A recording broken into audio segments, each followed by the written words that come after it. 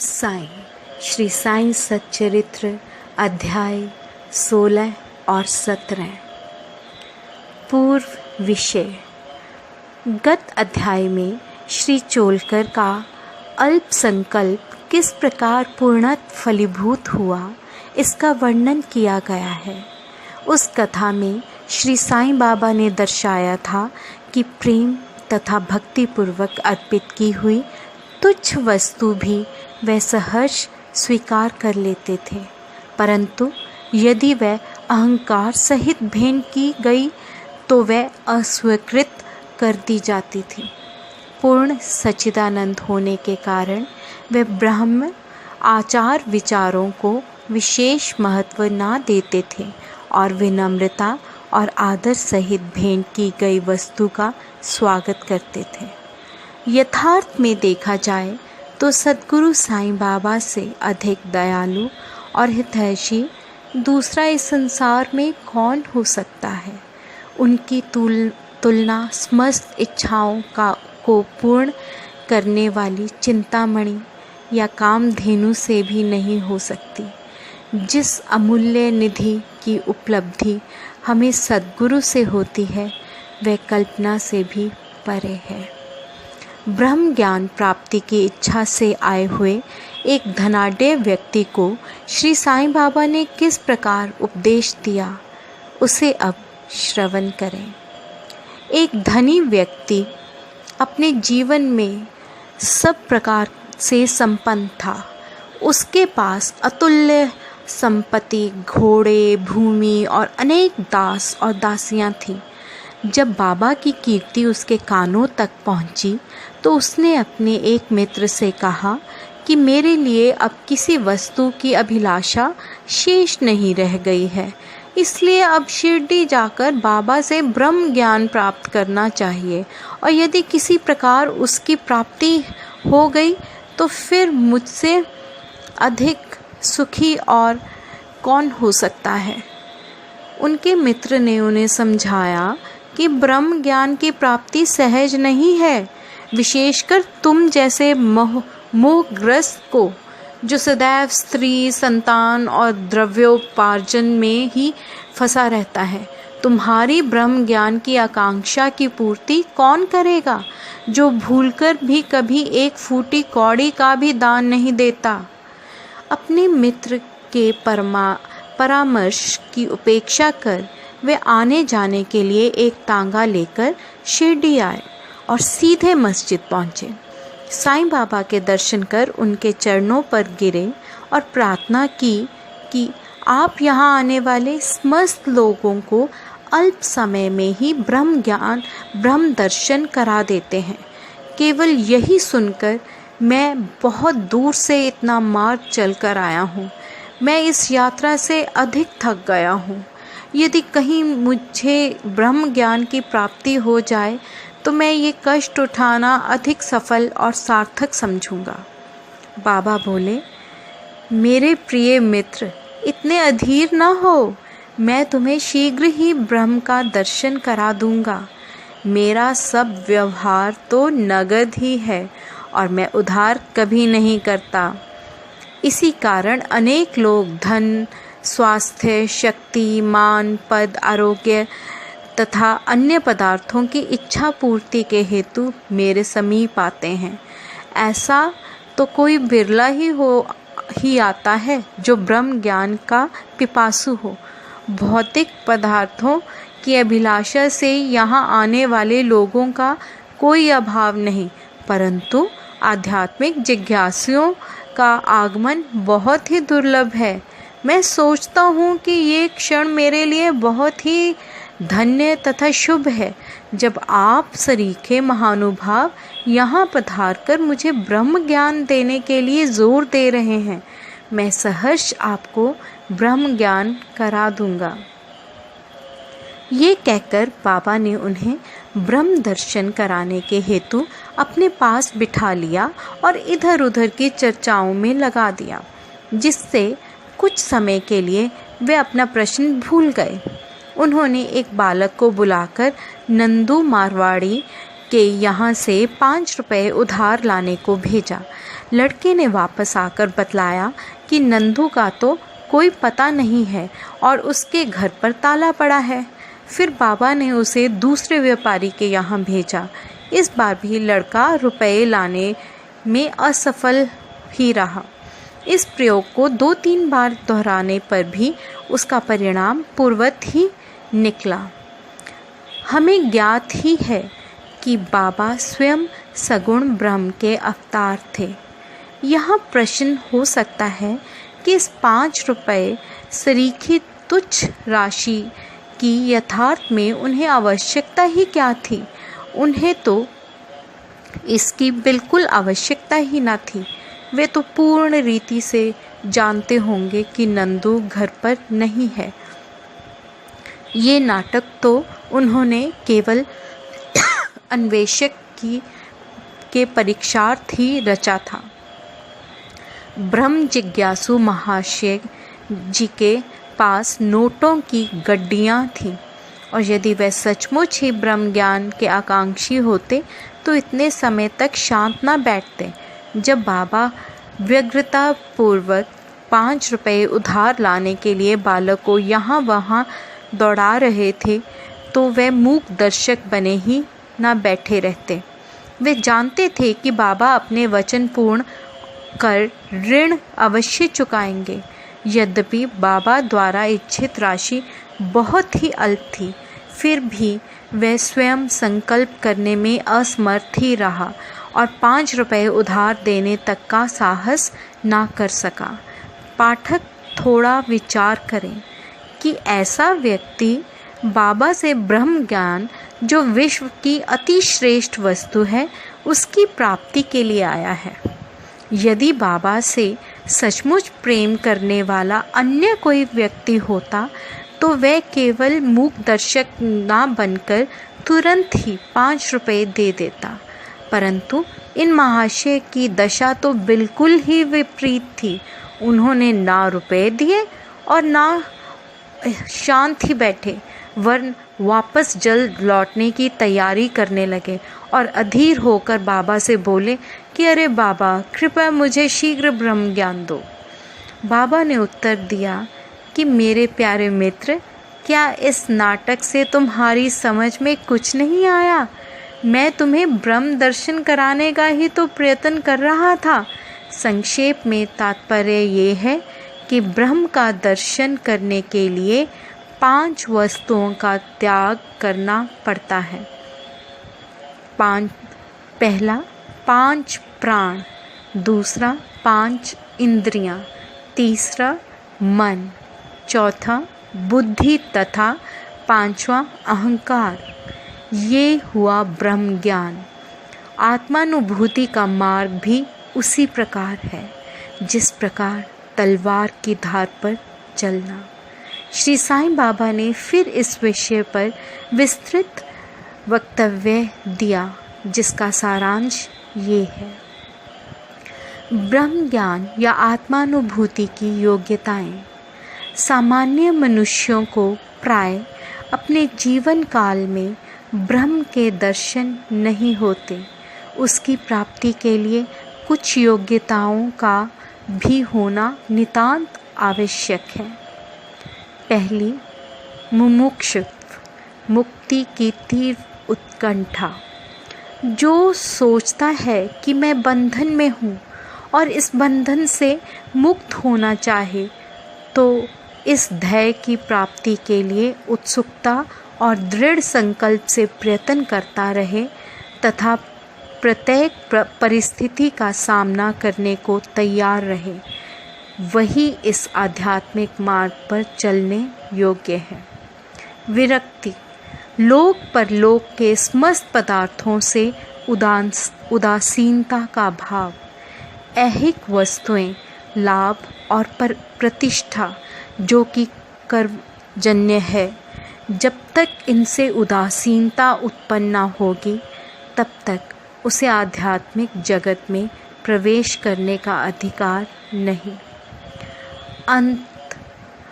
अंतर्मुक्ता, ईश्वर ने हमारी इंद्रियों को रचना ऐसे की है कि उनकी स्वाभाविक वृत्ति सदैव बाहर की ओर आकृष्ट करती है। हमें सदैव बाहर का ही ध्यान रहता है, ना कि अंतर का। जो आत्मदर्शन और दैविक जीवन के इच्छुक हैं, उन्हें अपनी दृष्टि अंतर्मुखी बनाकर अपने आप में ही लीन होना चाहिए। पाप शुद्धि। जब तक मनुष्य दुष्टता त्याग कर दुष्कर्म करना नहीं छोड़ता, तब तक ना तो उसे पूर्ण शांति ही मिलती है और ना मन ही स्थिर होता है। वह मात्र बुद्धि बल द्वारा ज्ञान लाभ कदापि नहीं कर सकता। 5वां, उचित आचरण। जब तक मनुष्य सत्यवादी, त्यागी और अंतर्मुखी बनकर ब्रह्मचर्य व्रत का पालन करते हुए जीवन व्यतीत नहीं करता, तब तक उसे आत्मोपलब्धि संभव नहीं। 6, सार वस्तु ग्रहण करना। 2 प्रकार की वस्तुएं हैं, नित्य और अनित्य। पहली आध्यात्मिक विषयों से संबंधित है तथा दूसरी सांसारिक विषयों से। मनुष्यों को इन दोनों का सामना करना पड़ता है। उसे विवेक द्वारा किसी एक का चुनाव करना पड़ता है। विद्वान पुरुष अनित्य से नित्य को श्रेयस्कर मानते हैं, परंतु जो मूढ़मती हैं वे आसक्तियों के वशीभूत होकर अनित्य को ही श्रेष्ठ जानकर उस पर आचरण करते हैं। 7वां, मन और इंद्रियों का निग्रह। शरीर एक रथ है, आत्मा उसका स्वामी तथा बुद्धि सारथी है। मन लगाम है और इंद्रियां उसके घोड़े। इंद्रिय नियंत्रण ही उसका पथ है। जो अल्प बुद्धि हैं और जिनके मन चंचल हैं तथा जिनकी इंद्रियां सारथी के दुष्ट घोड़ों के समान हैं, वे अपने गंतव्य स्थान पर नहीं पहुंचते तथा जन्म मृत्यु के चक्कर में ही घूमते रहते हैं। परंतु जो विवेकशील हैं, जिन्होंने अपने मन पर नियंत्रण कर लिया है तथा जिनकी इंद्रियां सारथी के उत्तम घोड़ों के समान नियंत्रण में हैं, वे ही गंतव्य स्थान पर पहुंच पाते हैं, अर्थात उन्हें परम पद की प्राप्ति हो जाती है और उनका पुनर्जन्म नहीं होता।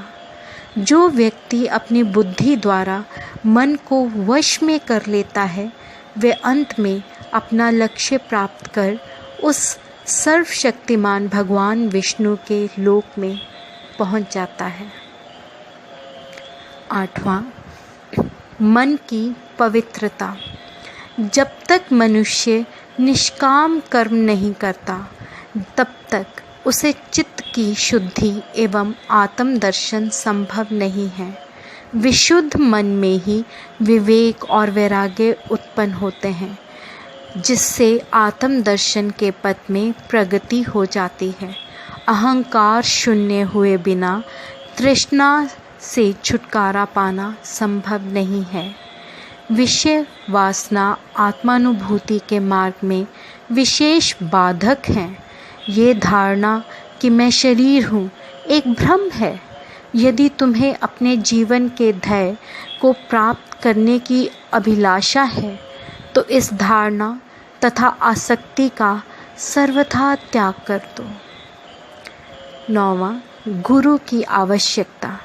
आत्मज्ञान इतना गूढ़ और रहस्यमय है कि मात्र निज प्रयत्न से उसकी प्राप्ति संभव नहीं।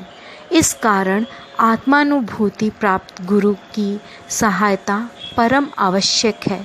अत्यंत कठिन परिश्रम और कष्टों के उपरांत भी दूसरे क्या दे सकते हैं जो ऐसे गुरु की कृपा से सहज ही प्राप्त हो सकता है। जिसने स्वयं उस मार्ग का अनुसरण कर अनुभव कर लिया हो, वही अपने शिष्य को भी सरलतापूर्वक पग पग पर आध्यात्मिक उन्नति करा सकता है। अंत में ईश कृपा परम आवश्यक है।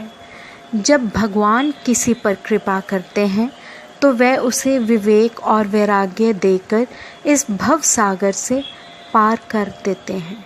ये आत्मानुभूति ना तो नाना प्रकार के विद्याओं और बुद्धि द्वारा हो सकती है और ना शुष्क वेदाध्ययन द्वारा ही। इसके लिए जिस किसी को ये आत्मा वर्ण करती है उसी को प्राप्त होती है तथा उसी के सम्मुख वह अपना स्वरूप प्रकट करती है। कठोपनिषद में ऐसा ही वर्णन किया गया है। बाबा का उपदेश। जब ये उपदेश समाप्त हो गया तो बाबा उन महाशय से बोले, अच्छा महाशय, आपकी जेब में 5 रुपए के 50 गुना रुपयों के रूप में ब्रह्म है, उसे कृपया बाहर निकालिएगा। उसने नोटों की गड्डी बाहर निकाली और गिनने पर सबको अत्यंत आश्चर्य हुआ कि वे 10-10 के 25 नोट थे। बाबा की ये सर्वज्ञता देखकर वे महाशय द्रवित हो गए और बाबा के चरणों पर गिरकर आशीर्वाद की प्रार्थना करने लगे। तब बाबा बोले कि अपने ब्रह्म का ये बंडल लपेट लो। जब तक तुम्हारा लोभ और ईर्ष्या से पूर्ण छुटकारा नहीं हो जाता तब तक तुम ब्रह्म और सत्य स्वरूप को नहीं जान सकते। जिसका मन धन, संतान और ऐश्वर्य में लगा है वे इन सब आसक्तियों को त्यागे बिना कैसे ब्रह्म को जानने की आशा कर सकता है। आसक्ति का भ्रम और धन की तृष्णा दुख का एक भंवर है जिसमें अहंकार और ईर्ष्या रूपी मगर का वास है। जो इच्छा रहित होगा केवल वही ये भव सागर पार कर सकता है। तृष्णा और ब्रह्म के पारस्परिक संबंध इसी प्रकार के हैं, अतः वे परस्पर कट्टर शत्रु हैं। तुलसीदास जी कहते हैं, जहाँ राम तहाँ काम नहीं, जहाँ काम नहीं वहाँ राम। तुलसी कभू होत नहीं, रवि रजनी एक ठाम। जहाँ लोभ है वहाँ ब्रह्म के चिंतन या ध्यान की गुंजाइश ही नहीं है। फिर लोभी पुरुष को विरक्ति और मोक्ष की प्राप्ति कैसे हो सकती है।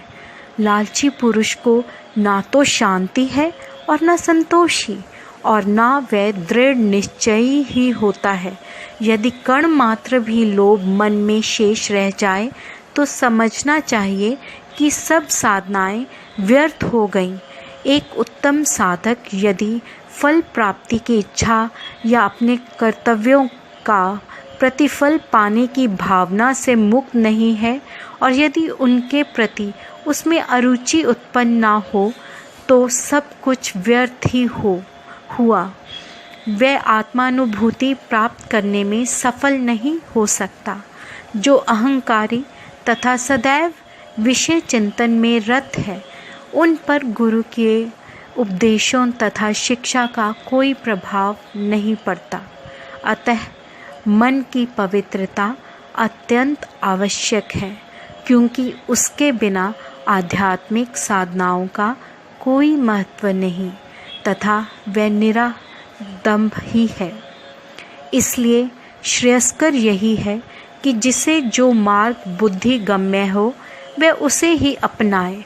मेरा खजाना पूर्ण है और मैं प्रत्येक की इच्छा अनुसार उसकी पूर्ति कर सकता हूँ, परंतु मुझे पात्र की योग्यता अयोग्यता का भी ध्यान रखना पड़ता है। जो कुछ मैं कह रहा हूँ यदि तुम उसे एकाग्र होकर सुनोगे तो तुम्हें निश्चय ही लाभ होगा। इस मस्जिद में बैठकर मैं कभी असत्य भाषण नहीं करता। जब घर में किसी अतिथि को निमंत्रण दिया जाता है तो उसके साथ परिवार, अन्य मित्र और संबंधी आदि भी भोजन करने के लिए आमंत्रित किए जाते हैं। बाबा द्वारा धनी महाशय को दिए गए इस ज्ञान भोज में मस्जिद में उपस्थित सभी जन सम्मिलित थे। बाबा का आशीर्वाद प्राप्त कर सभी लोग उन धनी महाशय के साथ हर्ष और संतोषपूर्वक अपने अपने घरों को लौट गए। बाबा का वैशिष्ट्य। ऐसे संत अनेक हैं जो घर त्याग कर जंगल की गुफाओं या झोंपड़ियों में एकांतवास करते हुए अपनी मुक्ति या मोक्ष प्राप्ति का प्रयत्न करते रहते हैं। वे दूसरों की किंचित मात्र भी अपेक्षा ना कर सदा ध्यानस्थ रहते हैं। श्री साईं बाबा इस प्रकृति के ना थे। यद्यपि उनके कोई घर द्वार, स्त्री और संतान, समीप या दूर के संबंधी ना थे, फिर भी वे संसार में ही रहते थे। वे केवल 4-5 घरों में भिक्षा लेकर सदा नीम वृक्ष के नीचे निवास करते तथा समस्त सांसारिक व्यवहारों करते रहते थे। इस विश्व में रहकर किस प्रकार आचरण करना चाहिए, इसकी भी वे शिक्षा देते थे। ऐसे साधु या संत प्राय बिरले ही होते हैं जो स्वयं भगवत प्राप्ति के पश्चात लोगों के कल्याणार्थ प्रयत्न करें। श्री साईं बाबा इन सब में अग्रणी थे। इसलिए हेमाड़पंत कहते हैं, वह देश धन्य है, वे कुटुंब धन्य है तथा वे माता पिता धन्य हैं, जहाँ साईं बाबा के रूप में ये असाधारण, परम श्रेष्ठ, अनमोल, विशुद्ध रतन उत्पन्न हुआ। श्री सद्गुरु साईनाथा प्रणमस्तु, शुभम भवतु। ओम साईं। ओम साईं। श्री साईं सच्चरित्र अध्याय 16 और 17। पूर्व विषय। गत अध्याय में श्री चोलकर का अल्प संकल्प किस प्रकार पूर्णतः फलीभूत हुआ, इसका वर्णन किया गया है। उस कथा में श्री साईं बाबा ने दर्शाया था कि प्रेम तथा भक्तिपूर्वक अर्पित की हुई तुच्छ वस्तु भी वह सहर्ष